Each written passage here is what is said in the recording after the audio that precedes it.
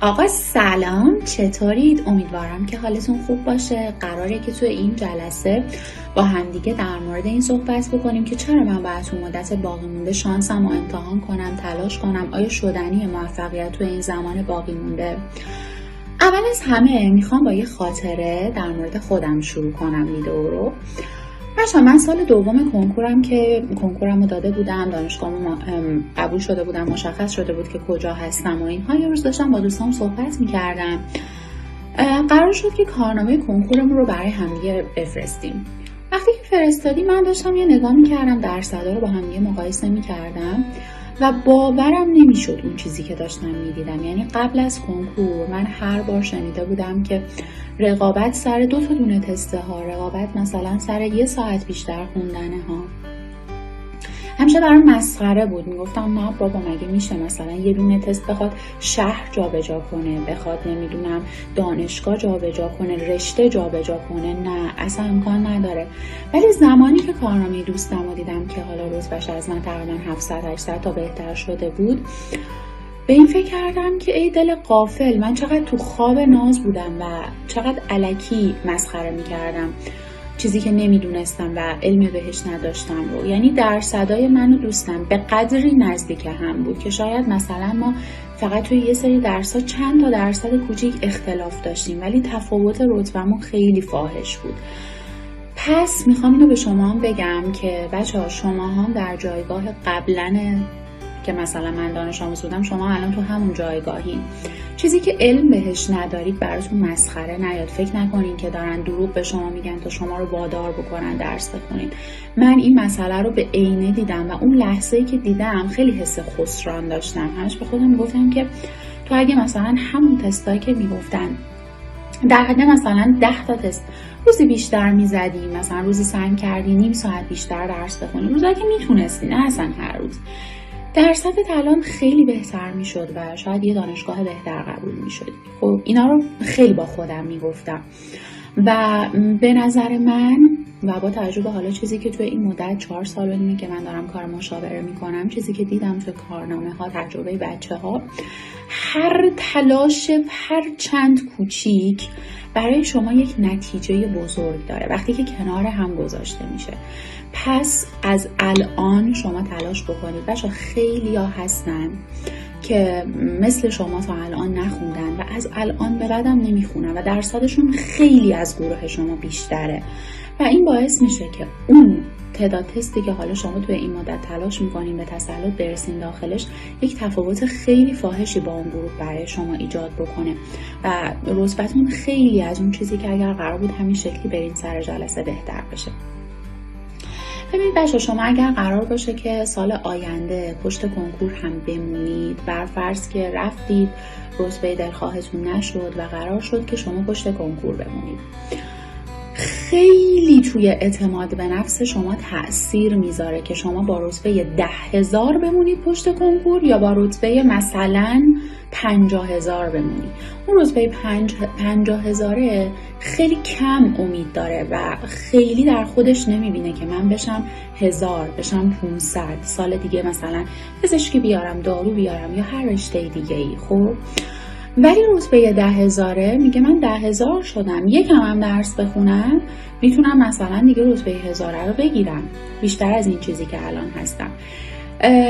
این خیلی دیدم خودم توی بچه ها که بچه هایی که با رتبه های بدتر پشت کنکور میمونن اعتماد به نفسشو ندارن. من خودم سال اول کنکورم رتبه‌ام 6,000 شد و داشتم دوستایی که رتبه هاشون مثلا 3,000 4,000 بود و میدیدم که چقدر انگیزه اونا از من بیشتره و همش میگفتم ما یه تکونه دیگه به خودمون بدیم شده. ولی من همش با خودم میگفتم نکنه نشه، نکنه مثلا تلاش بکنم بشه نهایت نصف کنم رتبه‌مو. حالا این اتفاق نیفتاده، ولی میخوام بهتون بگم که نهایت امید و آرزویی که یک مثلا رتبهش از 1000-70,000 داره، تهی که به خودش میبینه اینه که رتبهشو نصف بکنه. پس تلاش کنید برای گرفتن رتبه پایین‌تر توی همون سال اول کنکورتون. بچه‌ها ببینید، اگر شما بر فرض که میگم باز بخوایم پشت کنکور بمونید، علاوه بر این مسئله اعتماد به نفس، استارت زدن سخت میشه. یعنی شما اگر این نخوندن رو هی به تعویق بندازی، هی بگی من از شنبه میخونم، نمیدونم هی از مثلا ماه دیگه شروع میکنم، کنکور بدم شروع میکنم، نهایی بدم شروع میکنم، جدی درس میخونم، هی شروع کردن سخت و سخت‌تر میشه. وقتی ما هی از یک کاری فاصله میگیریم، برگشت به اون کار برای ما خیلی سخت‌تر میشه.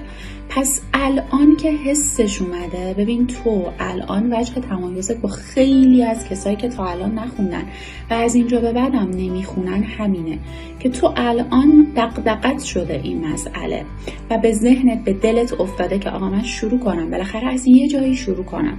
خیلی وقتا یه سری موقعیت‌ها هستش که آدم حسه یه کاری رو پیدا میکنه، اگه همون لحظه پاشه انجامش بده شده، ولی اگر اون کار رو به تعویق بندازه حسم میره. پس همین الان که حسش اومده، حتی تو اگر بخوای برای سال آینده بمونی پشت کنکور، همین الان که حست اومده دنبالش رو بگیر. بعد از اینکه کنکور میدن بچه‌ها، چون به هر حال شما هم کلاسیاتون رو میبینین کنکور دادن، یه سریاشون حتی به هدفشون میرسن و شما جا موندین، یه حس ناامیدی به سراغتون میاد و هی شروع کردنه به تعویق میفته. تابستونه، دوست داری تفریح بکنی، هر چقدر زودتر شروع بکنی. من همین الان خودم یه دانش آموز دارم که این دانش آموز قراره که پشت کنکور بمونه، ولی شروع کردیم با هم و اتفاقا تو هفته شروع کردنش مریض شد. خب اومد من گفتش که من نمیخوام از درسم عقب بیفتم و اینا، چیکار کنم؟ گفتم ببین تو از الان شروع کردی و این به تو این فرصت رو میده که بالاخره یه تایم هایی سیو داشته باشی برای مواقعی که یه اتفاق پیش بینی نشده میفته. خب یعنی تو نمیتونی پیش بینی کنی که توی مثلا سال آینده که داری برای کنکور درس میخونی همه زمان ها مثل ربات بتونی هر روز بهترین ورژن خودت باشی. خیلی وقتا حوصله نداری، خیلی وقتا ناگهانی مثلا مریض میشی، عروسی یکیه، نمیدونم مهمون میاد، خیلی خیلی اتفاقا میتونه بیفته. خیلی وقتا اصلا شما بچه‌ها آزمونتون رو بعد میشین، حوصله ندارین دوباره شروع بکنین، تا یه تکونی بهتون بدیم طول میکشه، سخته این کار.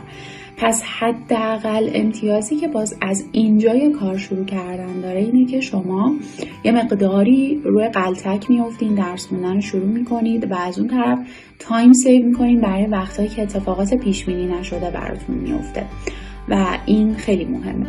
خیلی وقتای دیگه بچه‌ها ممکنه که نظر شما بعد از نتایج کنکور تغییر بکنه. یعنی مثلا یک دانش آموزی یه هدفی توی ذهنش داره، وقتی که کنکور میاد و نتیجهش رو میبینه که بهتره، اصلا دیگه حتی به پشت کنکور موندن فکر نمیکنه یا توی اون بازه میشینه بالا پایین میکنه، یکم رشته ها رو دقیق تر بررسی میکنه، میبینه نه به این رشته هم علاقه داره و چقدر خوب رتبهش میخوره و همون رشته رو میره.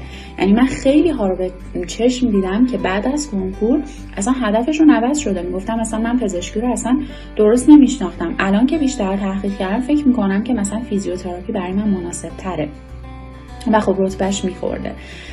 یا حالا تو پیراپزشکی هم همینطور، یعنی مثلا ممکنه شما یک هدفی داشته باشی، بعد بری مثلا ببینی که فلان رشته پیرا رو خیلی بیشتر دوست داری و همونو بزنی بری. یا خیلی وقتا مثلا خانواده ها قبل از اینکه کنکور برگزار بشه میگن ببین حواست باشه درستو بخون، من پول دانشگاه آزاد نمیدم، پول دانشگاه پردیس نمیدم، آزاد نمیدم. ولی وقتی که شما کنکورتون رو میدین یهو نظرها عوض میشه، میگن حالا اشکالی نداره، آزادم شد برو، پردیسم شد برو. و این دانشگاه ها بچه دانشگاه های خوبی هن.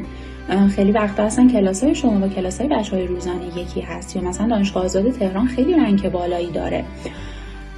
نظرشون عوض میشه و شما میتونید اینا رو بزنید و اون موقع مثلا میشینی افسوس میخوری که ای کاش میخوندم که میتونستم اینا رو برم. پس اینا در نظر بگیرید که تا زمان کنکور خیلی اتفاقا ممکنه پیش بیاد و با برنامه‌ریزی که براتون تو این طرح انجام دادیم، اون فصلای خوبی که حالا میتونین ازش درصد بگیرید، حتی اگه 1% هم خواستین پشت کنکور بمونید، توی این درس‌ها حداقل قوی هستید و پیوستگیتون از مدت‌ها قبل شروع شده و باز هم شما از رقیبای سال آینده‌تون جلوترین. ببین تو اگر قرار باشه الان بری مثلا رتبه 50,000 بگیری، من میگم که اگر تو قراره که برای سال آینده بمونی پشت کنکور، به هر حال باید از رقیبای 12میت بیشتر بدونی، حالا بیشتر تلاش بکنی، چون خیلی ها هستن الان 12می میشن سال آینده و سطح علمی خیلی خیلی خوبی دارن. پس تو باید انقدر تلاش بکنی که به اونا برسی. یا باید حجم کارت زیاد باشه یا باید از زمان جلوتری شروع کرده باشی. پس من سعی کردم توی این ویدیو بهت بگم که آقا اگه میخوای پشت کنکور بمونی باز باید بخونی، اگرم نمیخوای تصمیمت عوض میشه یا هرچی، حتی یه دونه سوال میتونه خصوصا توی پیراپزشکی ها 1 عالمه درصد و تراز شما رو جابجا بکنه و این برای شما خیلی حسن بزرگیه. اعتماد به نفسی که این قضیه بر رتبه سال اولتون بهتون میده و همه اینها رو من سعی کردم براتون توضیح بدم. اگر قول میدم بهتون، اگر شرایطی که حالا توی بقیه ویدیوها گفته میشه، برنامه‌ریزی که توی بقیه ویدیوها براتون انجام میشه، نکاتی که گفته میشه رو انجام بدین و رعایت بکنید، تفاوت به شدت فاحشی بین رتبه‌ای که قرار بود بگیرید و رتبه‌ای که میگیرید وجود خواهد داشت. امیدوارم که موفق باشید.